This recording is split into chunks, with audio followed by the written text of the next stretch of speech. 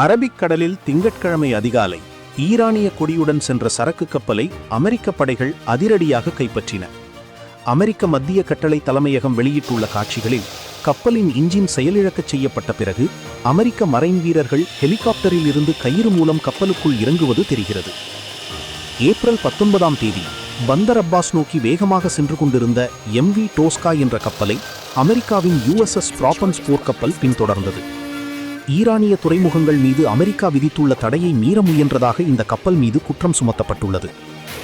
6 மணி நேரமாக அமெரிக்க படைகள் எச்சரிக்கை விடுத்தும் கப்பல் பணியாளர்கள் அதற்கு செவிசாய்க்கவில்லை. இதனைத் தொடர்ந்து USS ப்ராப்பன்ஸ் போர்க்கப்பல் தனது 5 இன்ச் துப்பாக்கியால் கப்பலின் இன்ஜின் அறையை நோக்கிச் சுட்டு அதன் இயக்கத்தை முடக்கியது. தாக்குதலுக்கு பிறகு USS ட்ரிபோலி கப்பலில் இருந்து வந்த மரைன் வீரர்கள் மிக துல்லியமாக செயல்பட்டு கப்பலை தங்கள் கட்டுப்பாட்டிற்குள் கொண்டு வந்தனர்.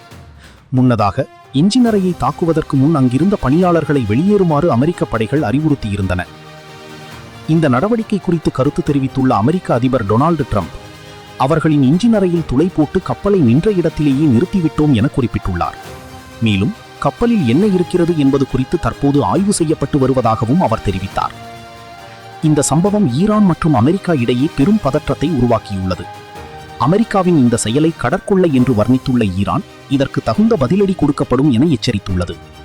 ஏற்கனவே போர் நிறுத்த ஒப்பந்தம் ஊசலாடி கொண்டிருக்கும் நிலையில் இந்த சம்பவம் சர்வதேச அளவில் பெரும் கவலையை ஏற்படுத்தியுள்ளது.